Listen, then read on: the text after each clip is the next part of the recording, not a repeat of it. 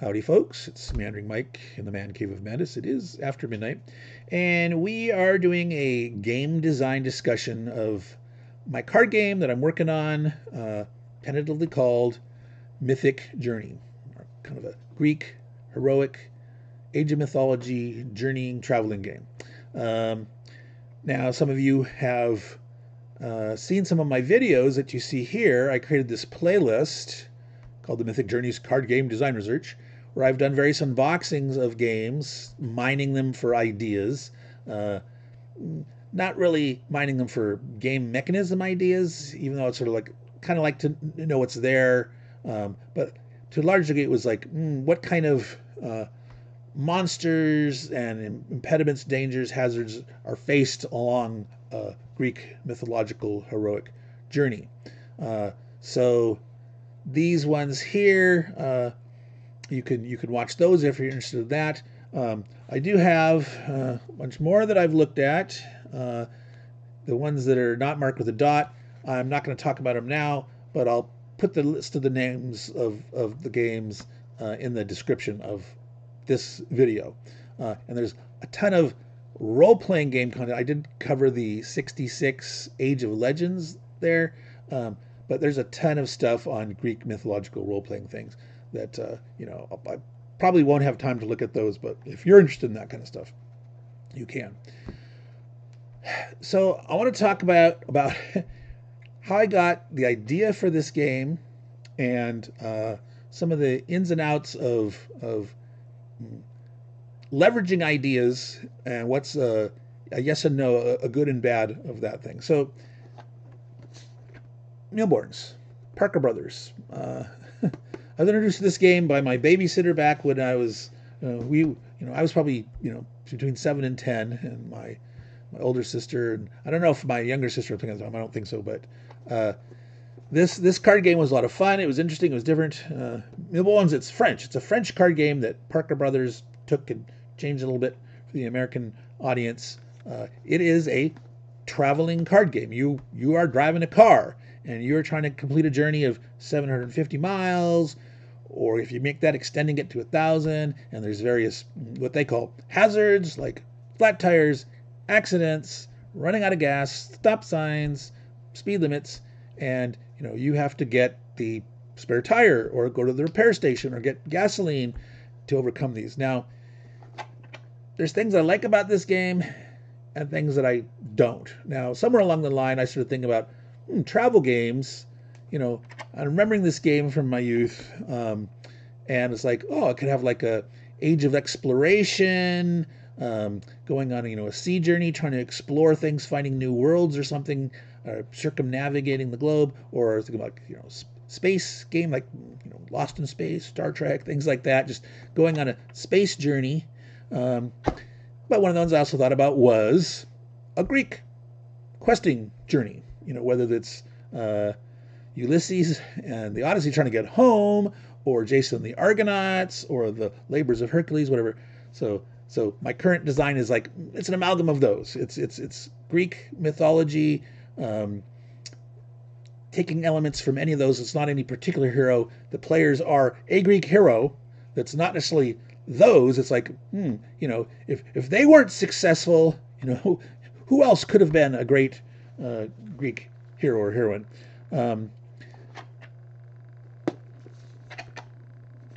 But what are the things that I like the game, but there's things I didn't like. Okay, and so this is the art of looking at a game, taking inspiration from it, leveraging it, but not copying, not just reskinning it. I mean, I could easily go in here and translate one for one these things into Greek equivalents, and that would not really be a new game. It would still be Mille Bornes. So what do you need to do to really make it your own? And that's, you can take ideas, you can starting point, leverage from them, but design your own game. Okay, and you can say, here there are things that I like in a game. You think about copyright, trademark.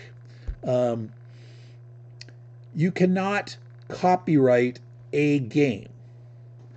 The artwork can be copyrighted. the specific textual expression of the rules. That's like the writing, just like, you know, a novel, a short story, something can be copywritten. The rules, as a specific expression of the rules, are copyrightable. But the mechanisms are not. Game mechanisms are not copyrightable.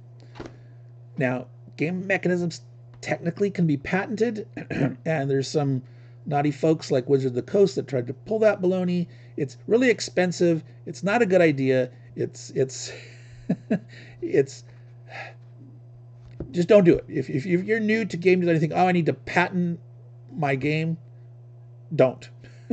Okay? Now, trademark. Trademark's in their story. The name, Mille Bornes, is a trademark. You can have other things like logos for a game. Well, obviously, there's company logos, but if there's a logo associated with the game, special symbol, that can be trademarked. The name of a series of games could be trademarked. Now, the overall look and feel of the game as an intellectual property, so even if you are, I'm using different artwork and I'm rewording the rules, but if in a totality you really are copying and cloning too much of a game, you could be infringement of sort of a trademark of the whole of the game. Now, I'm not a trademark lawyer. Always consult your own guy, but it's just bad form to steal a game, right? But leveraging the mechanisms, leveraging some ideas, no, that's free game, and it's like an homage. It's good. It happens all the time. Just, you know, there's not a magic formula. Oh, I changed 80% or 90%. That's come up in some discussions online in some Facebook groups. No, there's no magic formula. Basically, enjoy a game, like a game, leverage parts of a game, change it because there's certain things you don't like. So specifically in this, one of the things I did not like about this game, many old school games, like you lose turns. No one likes to lose a turn and do nothing. Well, in a card game where it's a two-player and you're just going back and forth and you draw or discard, if you can't do anything, you have to discard. That's not too bad, except if it happens over and over and over and over again. This is a 112 card deck.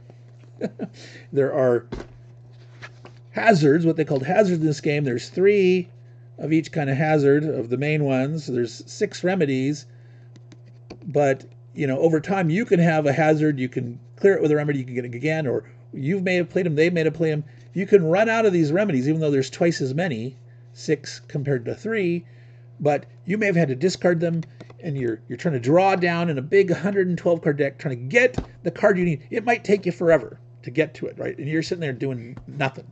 Now, maybe you can be playing, in this game, hazards. In my game, we have dangers, and you have aid, which are items and allies that help you, instead of remedies. So conceptually, there are things that you put things against people, and you have things to remove them or stop them. That's not, you know, patentable. That's not copyrightable.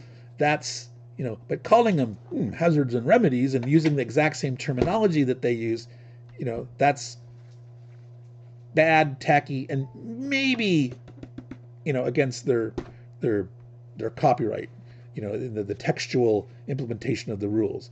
But in general, you can talk about remedies and hazards in general, but come up with a different terms. So to avoid this problem of large deck needing specific things to make progress, one of the things I want to do is have a smaller deck, 54, maybe 72 at most. I also wanted to make sure that each thing that's a danger that impedes your progress has at least 2 things that can remove it. Now, this game had some special things here. I don't know if you can see that card right there. That's the puncture-proof tire. There's a category of things that are called safeties. There's a special card. There's only 1 each.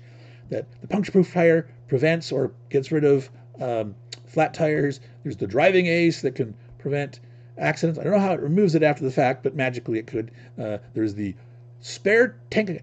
It's actually a tanker, a gasoline tanker truck that follows you around, so you never run out of gas, or you can fill up with. And then there was the thing called the right of way. It was the fire engine that basically you can run through red lights. Now, one of the things in this game, before you can start accruing mileage, this game was mileage, is a traveling game.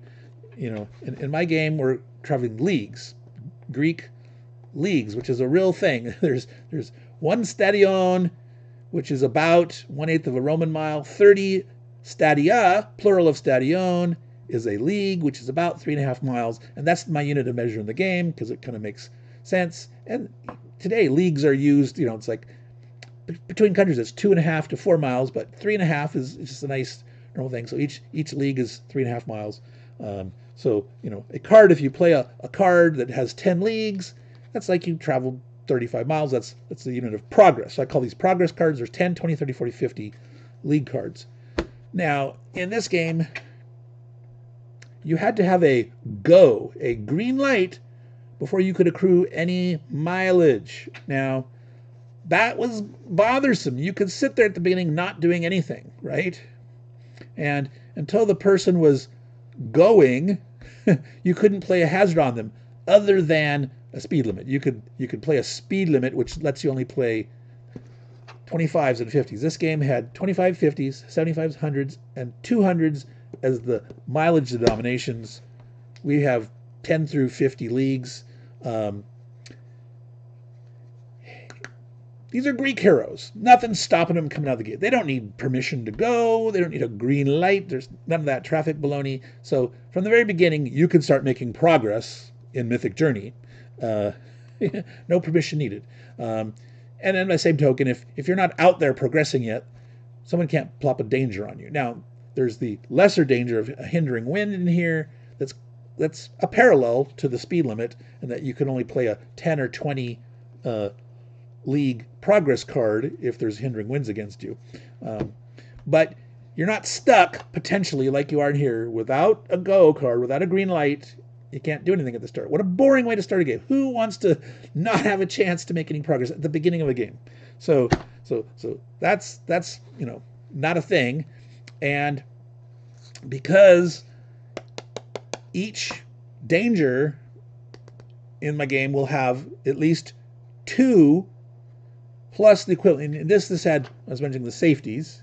Well, there's favor of the gods. Okay, so is it the exact same thing? No, it's not a copy, but it's the idea of a super card that has a special benefit. And if you have that favor of the god, it doesn't just remove the danger that's there now. They're now protecting you. They're favoring you, and so it's a form of, you're now in a sense immune to that particular kind of danger that god protects you against. Okay, but you have more options. So each card that you have, each kind of aid card can remove multiple. It can be used against multiple different dangers, and each danger has multiple different kind of aid cards. So it's a web, it's a lattice that each danger has at least 2, other than favor of the gods, 2 aid cards that can get rid of it, and each aid card can work with 2 different ones. So much more flexibility, much less chance that you will be stuck, right? Stuck having to draw cards, looking for what you need. Now, another important thing is card economy and deck velocity. Now, if you've played Magic the Gathering, people don't know, card economy is a common term. Deck velocity is not necessarily a term that's used universally, but there are cards that allow for deck manipulation, where, for example, you can draw a card from the discard. I almost said graveyard, Magic of the Gathering folks, from the discard pile. You can potentially steal a card from the opposing player. So there's ways to keep it fresh and more likely that you're going to get a card that you might need to overcome these impediments. So there's not long periods of just being stuck, broken down by the side of the road or something, right? We're heroic, we're journeying, we're making progress, we're facing, dangerous things, but we're doing our best to make this progress. Now, I mentioned card economy.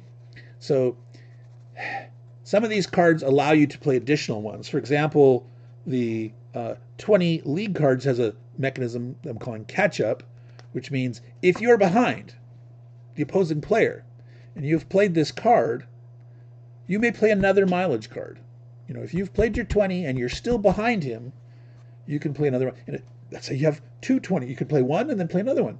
Now, normally you start with 5 cards, and each turn you draw one, and then you either play or discard. And you don't have to play unless you're at 5 cards. If you're at 6, max is 5 in your hand. So if you've gone up, you must play or discard down to 5. Now, in cases where you play multiple cards, does not mean you necessarily get to replace it, unless the card says, do an extra thing, draw an extra card or whatever. So your hand size can shrink down. Okay, so you can make more progress, you can do more things, but then you have less cards in your hand now. Instead of potentially having the 5 or 6s you draw, you might get less and less. So that's a trade-off. You have to decide. That's what makes the game fun and interesting, is having meaningful decisions, interesting decisions about what I want to do, what I want to play now. Do I keep this card and hold it for later for a certain purpose, or do I discard something else? You need the player discard, but you get to decide that. And so you may start to reduce your hand size that you're keeping going along, which means I now have less cards to react to what he's doing, he or she. But there are some cards in here that allow you to fill your hand back up.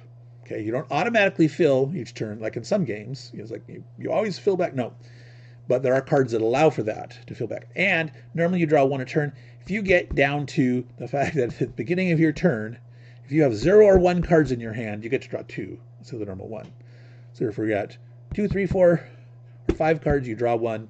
If you're at 0 or 1, if you'd gotten all the way down there, you can now, there's a little bit of a catch-up, mechanism there where you can draw more cards. Okay, so flexibility, more things to do, less likelihood of getting stuck.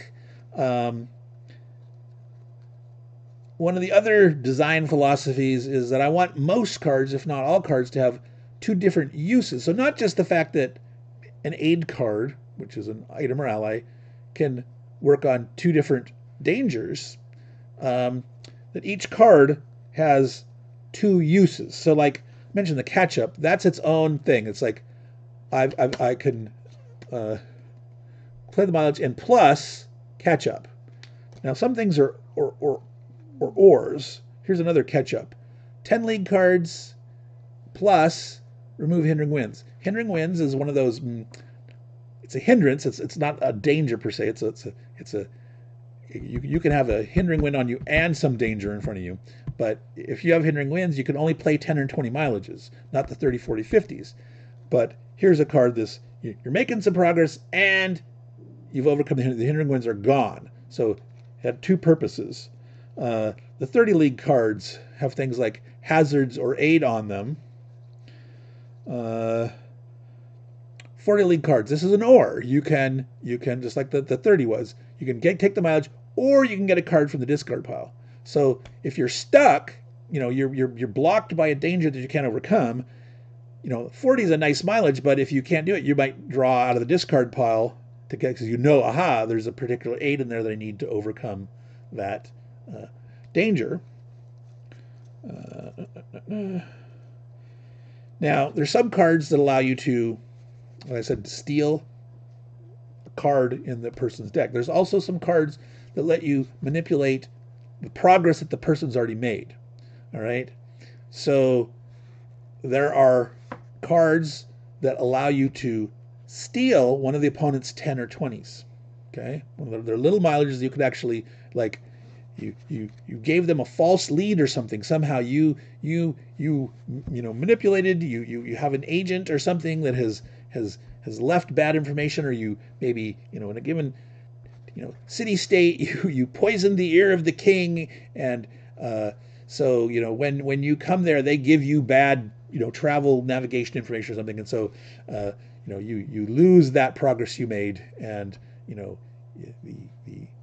the player that's playing this deal, he gets it instead. Now there's ones where it make you discard a mileage card, the 40s and the 50s, or you can steal a 10 or 20. So there's all these ideas of sort of trying to trade off the different cards, what makes them special, what gives you multiple uses. And some of these are where the ands. It's like, oh, I can play this card and get this bonus. So there's not a decision there other than when you play it, right?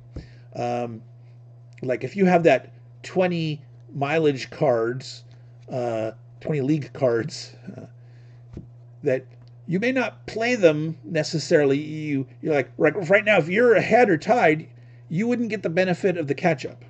Okay, so you might want to hold that, or you have a hindering winds against you that you could still make progress. So you might hold that back and maybe do something else, manipulate some cards or even discard. Think I want to hold at least one of these cards if I get hindering winds on me later, that I could still make progress or something. So every card, having potentially multiple uses,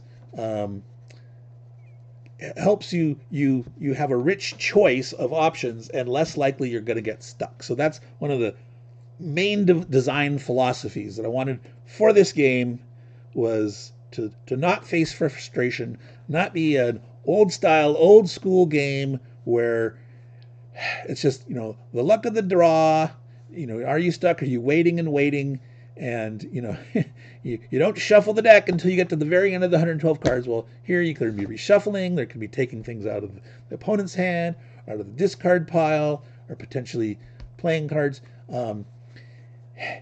And back to card economy, there's one thing that I forgot. This notion that you need a certain aid card, there's different ones that can remove a hazard. I'm going to call it hazard. I'm mixing hazards and remedies, dangers and aid. There's a particular danger card.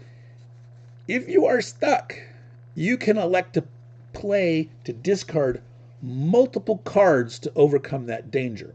So if you need this aid or this aid to, say, remove the Hydra, you need say that cutting guide that tells you, like with Hercules, it's like he had to have his buddy, his companion, say, "Oh, let's use a torch and cauterize the stumps because the Hydra's chopping off the heads it was growing." So that was one of the options for, like if you don't have the right ones,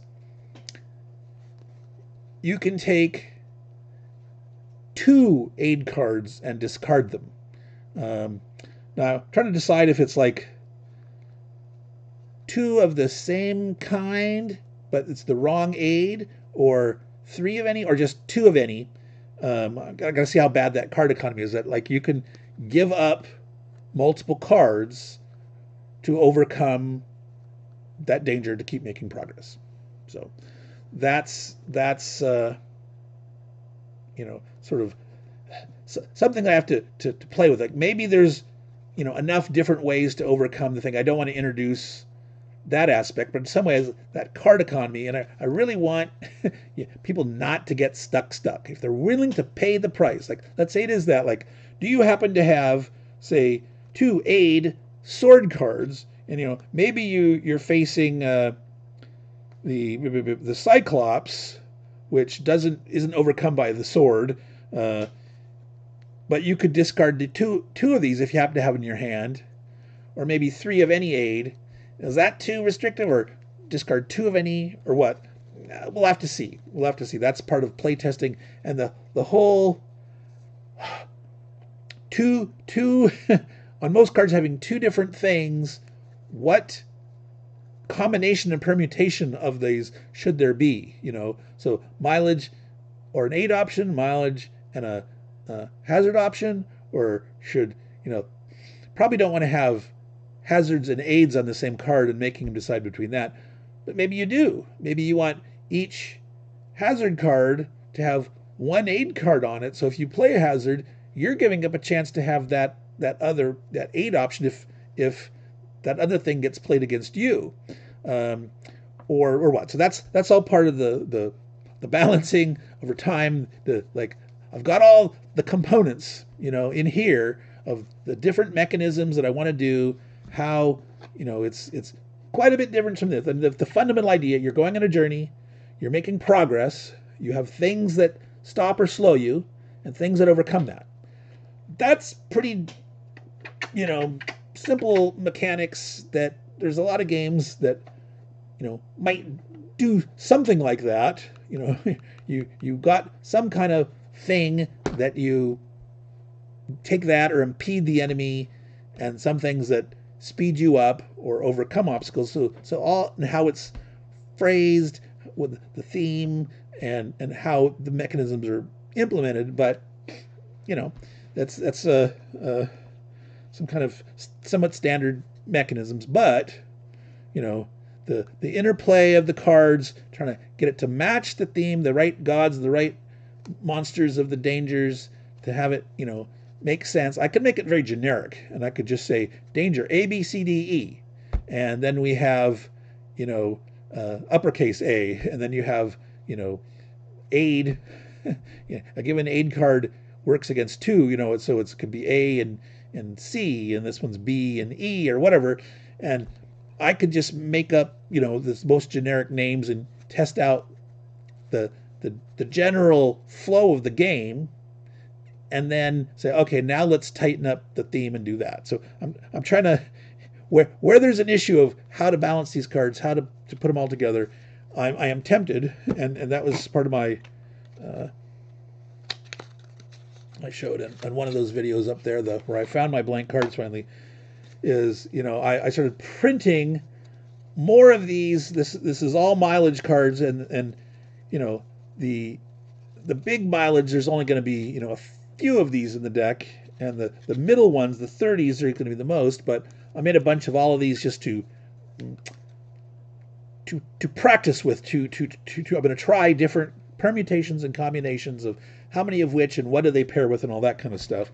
So that'll probably go through like a couple iterations to try to figure out how that's going to balance and do all that stuff. So I think I've been rambling on way longer than I intended to here. But that's where I'm coming from in this game. Now, there's been people that have I don't remember if I had mentioned it in this video or not, but people have been giving suggestions and ideas, and I totally appreciate that. I don't mind hearing people's ideas and suggestions. Just want to let you know that for this game, a lot of I'm not going to be able to use those. This is a very specific, you know, I want to, you know, leverage from what I got here, ending with a small card game, pure card game. I totally have ideas for other games in this space that would be tabletop board games, that has a lot more scope and a lot more things going on. But basically, in looking at all these games here and the other ones that aren't listed, there's so many ideas, right? So it's like expanding, like, oh, this stuff is all cool, right? But that doesn't fit in a game. And if you try to, it's going to be a crap game, excuse my French, but excuse my Greek. So it's like, okay, whoosh, now collapse that to what's the most bare bones, simplest thing we can do, try to cut this game in half, and maybe we expand it back a little bit. But you know, you gotta keep things as simple as you can, and I mean, not so simple that there's not a game there anymore, right? But simpler is often better, and so sometimes you just gotta trim and cut things out, and then you play that dance back and forth. You know, what is the optimal place where you end? So for any of you guys that have send ideas and stuff like that, it's not a case of, you know, NIH not invented here saying like, no, I can't use that.